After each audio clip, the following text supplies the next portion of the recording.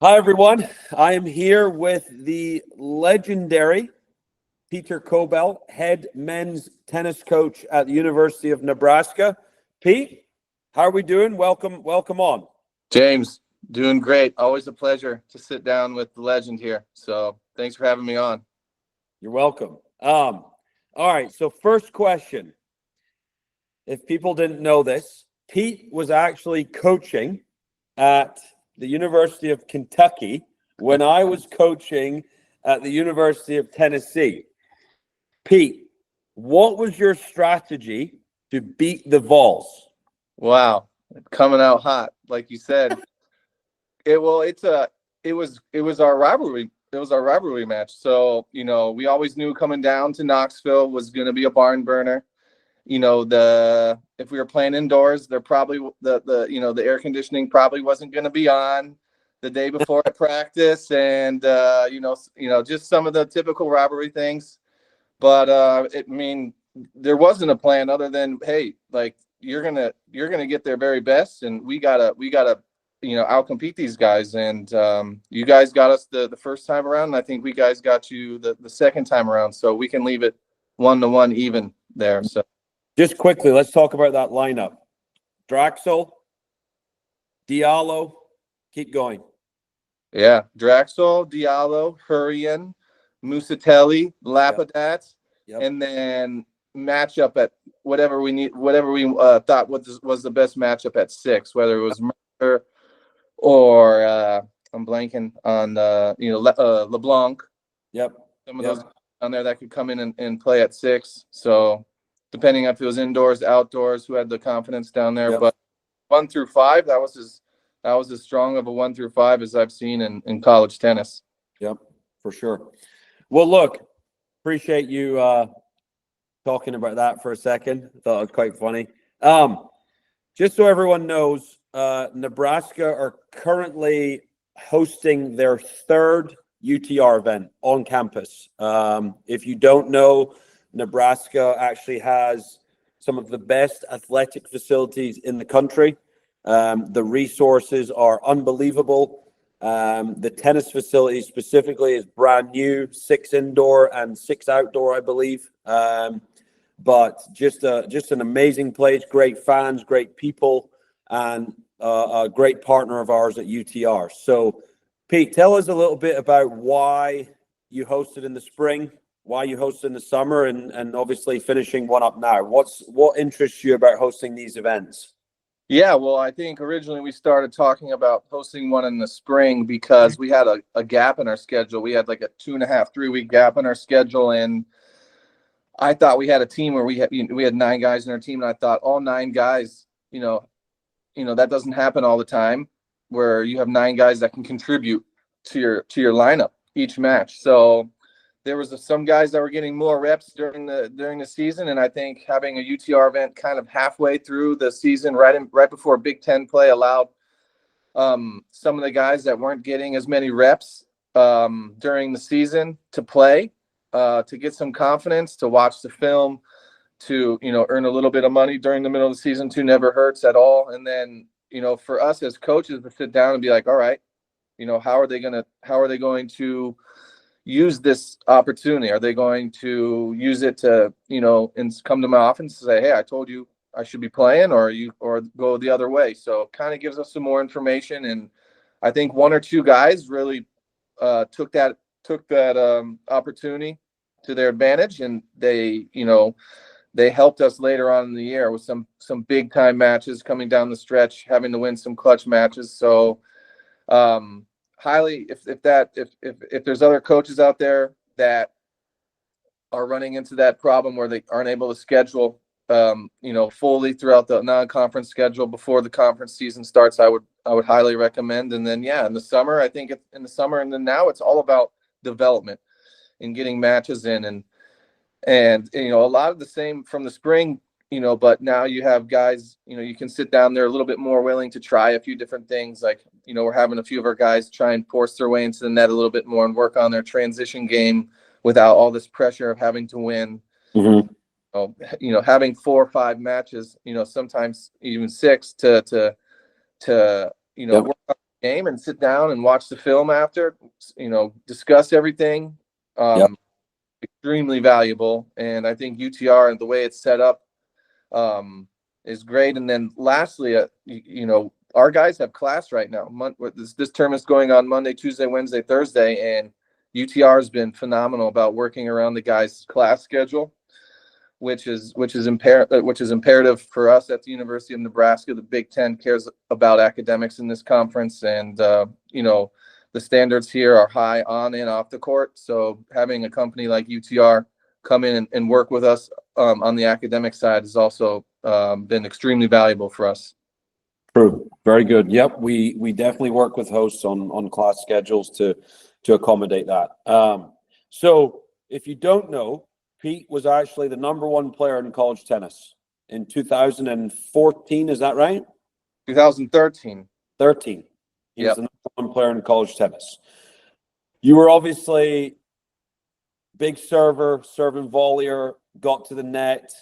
Now with the changes in rules in college tennis with lets and playing lets, right, and deciding points, how has that impacted what you look for in a recruit? So if you go to an ITF or a UTR or a college event or a junior event and you are specifically recruiting, are you looking for someone like yourself or have things changed? What are you looking for in a recruit? Ideally, James, someone with a better backhand than I had back. But but I would say, with the scoring system and, college tennis is tough. You travel, you got one day to get used to the courts and, sometimes just a couple hours and you got to wake up the next day and beat a ranked team on the road. In the Big Ten, we're traveling from coast to coast. It's tough.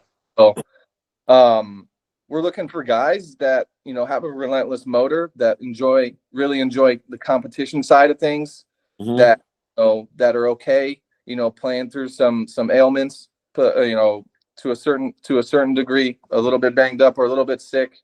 I always say your best ability is your availability. And we tell our guys, it's for me and what we're doing here in Nebraska, I told our guys at the beginning of the year, like, you need to be the very best competitor that for us to have, sustained success here at Nebraska and for them to ultimately go on and play professional tennis. I think, a lot of kids and a lot of recruits we run into want to play professional tennis, which is great, but there's only 100, 150, 200 people in the world, making a living playing pro tennis. So for me, that's a big statement. If you want to be a great pro player, then you need to have pro habits and you need to approach practice every day the right way. You need to, train on and off the court. You got to take care of your school, your recovery, all of it. And then, college tennis is such a, an incredible environment. The level of competition is so high, doesn't matter who you're playing or where you're playing in the lineup. And I think that's what makes college tennis really unique. So long story short, we're looking for guys. Obviously the holding serve is extremely important, but having guys that understand that, if you're down low 40 in the game, like you're still alive in that game without things are in college tennis. Like you got to play every single point and you got to be sure and tough enough to understand that, like, the match is never over. But at the same time, if you're not, competing for every point, it can run from you quick too. So say all those things kind of are stuff that we look at pretty closely when we're recruiting. So now that, every school has been given a limit on their roster, the number of people that can play on the team. Has that changed how you view your recruiting? I'll say from my perspective before this and when I was coaching, that didn't exist. So if I saw a player 2 years down the line that I thought was going to be really good, that I wanted to get on the team, I would do it. I would go for it. But now with those limits, has that changed the way you think about your recruiting? Yeah, I would say a little bit. It doesn't allow you to kind of go out there and take a project every year. I think has some potential, or maybe a local player that you want to give a chance. You got to really pick and choose, I think, when it comes to that type of player. Unfortunately, I think that's what makes college sports and college tennis extremely unique, though, is, because that's what I was. I was a local kid that, Ty at Ohio State gave me a chance, gave me a small scholarship to come and play for the Buckeyes, which was extremely prideful for me, being from Columbus, Ohio. And that's what I was. I came in as basically a nobody, and I turned out to have a great career there. So that's always like there's a big part of my heart that'll always go out to those players, and to kind of see college tennis, putting some limitations on that sort of thing is tough for me as a coach personally, but it is what it is. And the best programs are always adapting to the times, and not doing it the other way around. So that's what we're going to try and do here. But we're always going to be a developmental program here at Nebraska. That's kind of things. We're never going to just be a recruiting team that kind of just lets guys come in and do things. We're gonna develop them. We want guys that want to be coached. That want to work hard. So anyone with the right mentality and the right work ethic will always take a good look at. But yeah, with the roster limitations, it kind of limits us. Because we had 8-9 guys playing every match last year. We can't have 2 guys on the bench that might not be ready to play. So that's kind of the day and age that we're in. I think it's not just with tennis. I think it's with all the sports. So you got to adapt the best you can, and unfortunately, that's kind of the way it is right now. Yep. So, correct me if I'm wrong. 2 more questions. You guys made the NCAA tournament for the first time since 2011 last year. Is that right? That's correct. This year, by UTR, you guys are right around the bubble. What do you think about that? What's your mindset as a coach? What are your expectations this year? What's your schedule like? What are your goals? Tell everyone listening what you're thinking for the team this year. Yeah, it wasn't just the first time since 2011. It was also the 3rd time since 1928. Wow. So it was a great year. The guys obviously accomplished a lot last year for what's been accomplished here at Nebraska so far, and they're extremely prideful. And we lost 4 guys, 4 starters in our singles lineup, which is obviously a big hit. But we didn't put any goals numerically. Right. That last year, we just had a team philosophy that we worked towards each and every single day, and things that you can accomplish every day. And I truly believe that if last year's team, they did that, and they were able to do some of the things that they wanted to do. And I think that's how we're going to approach it again this year. I think last year we had maybe a guy or 2 that we thought could play at the top of the lineup this time of the year, and I think this year it's pretty open for our guys, which is exciting. So we sat them down at the beginning of the year, and we said, hey, our job is to continue taking steps forward. And this team, I believe, can take another step forward from last year's team. Obviously, the bubble talk is fun for everyone on the outside. That's not how we're thinking here. But the guys that we brought in, they really fit what we're looking for in terms of what our program needs to succeed. And we got a great schedule. We have a lot of home matches this year. We have Ole Miss at home, Arkansas at home, Oklahoma State at home, Memphis at home. We have some, a few tricky road matches as well before the conference season starts. And, I would argue that the Big Ten is right up there with one of the very best conference in today's landscape, with how everything's changing and moving. I don't think there's a better place to be than the Big Ten, you could argue, in today's landscape. And some of the programs that we beat have leveled up last year, and some of the teams that it's just a tough conference. It's turning out, my time in the SEC, I learned pretty quickly how tough of a conference that was while I was there, and I think that the Big Ten's starting to mirror that, and some of the top teams in our conference are really good this year. So we have our work cut out for us.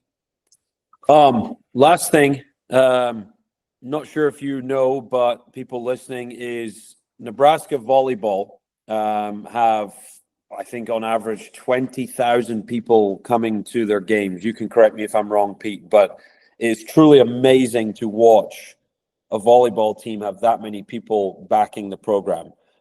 What is it that program does? What is it the coach does? And do you feel like college tennis can ever get like that? Yeah, well, I mean, that's the hardest ticket in town to get. Wow. You know, got the Michigan football game coming up on Saturday, and the Arizona volleyball game later that night. Wasn't able to get tickets to the volleyball game. Was able to get tickets to the football game. So think about that for a second. I don't know how many times that happens anywhere else, but that's just a testament to the people here in Nebraska, and you know, they're willing to come out for any sporting event. You know, they love to support all the teams, but also the teams that are doing well. So that's a big motivation for me in our program. Is, you know, we had a little bit of success last year in the tennis community, and the school's starting to catch on a little bit. If we can keep building on that, you know, I really think, you know, we can get some really good crowds out here and some amazing atmospheres. And yeah, you know, Troy, Dan, and our AD, we had a meeting not too long ago, and I hinted to him like, hey, you know, we can fit 6 courts in the football stadium. Troy, about that, but but yeah, I mean, college tennis is amazing, and I think now more than ever, it's touching more and more recruits. Some of the best players in the world are starting to catch on that, hey, this is a viable pathway. It's the most successful. College tennis would be the most successful country by far in terms of success in the top 100, I think, on both the men's and the women's side. So I think, yeah, it's important for the leaders of college tennis, kind of as we continue to grow and as the level continues to rise, to look for new ways and opportunities to promote our sport and to get it out there. Because I think once you get them into the, you know, the fans come into the building and they see a really good match and they see the level of competition and the momentum swings back and forth, it's an amazing event to watch. So, I mean, I think absolutely, will it ever be as big as football? Probably not. I think that's a pretty tall ask, but can it get into some of these other tier sports? I truly believe so, but I think it'll take some time and some work from the next wave of coaches like myself.